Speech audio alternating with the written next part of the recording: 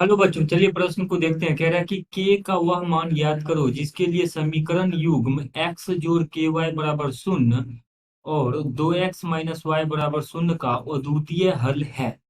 तो दिए गए प्रश्न के लिए हमारे पास जो मुख्य अवधारणा है, यदि हम इस प्रश्न के लिए मुख्य अवधारणा देखें तो मुख्य अवधारणा यह है कि मान लीजिए कोई समीकरण युग्म ए एक एक्स जोड़ बी एक वाई जोड़ सी एक बराबर शून्य है तथा दूसरा समीकरण है ए दो एक्स। तो दूसरा समीकरण हमारे पास है ए दो एक्स जोड़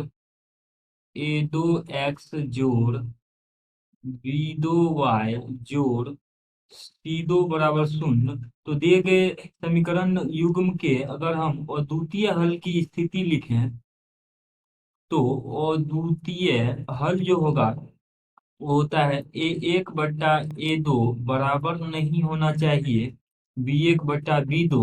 तब हम कहते हैं कि दिए गए रैखिक समीकरण युग्म के अद्वितीय हल हैं। अब देखिए यहाँ पर जो रैखिक समीकरण युग्म दिया गया है एक्स जोड़ के वाई बराबर शून्य और दूसरा है 2x - y बराबर शून्य। तो यहाँ पर ए एक बट्टा ए दो लिखे थे, ए एक की जगह पे एक है तो एक और ए दो की जगह पे दो है तो एक बट्टा दो बराबर नहीं होना चाहिए बी एक बट्टा बी दो। तो बी एक के हो गया और बी दो माइनस एक है। ये स्थिति है अद्वितीय हल की।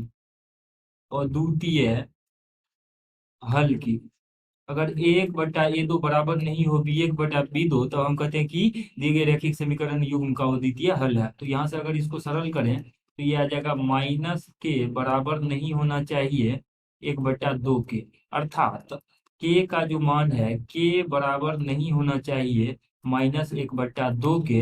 तो उस स्थिति में कहेंगे कि दिए गए रैखिक समीकरण युग्म के अद्वितीय हल हैं और यही दिए गए प्रश्न का अभीष्ट उत्तर है। आशा करते हैं कि इस प्रश्न का हल आपको समझ में आया होगा। धन्यवाद।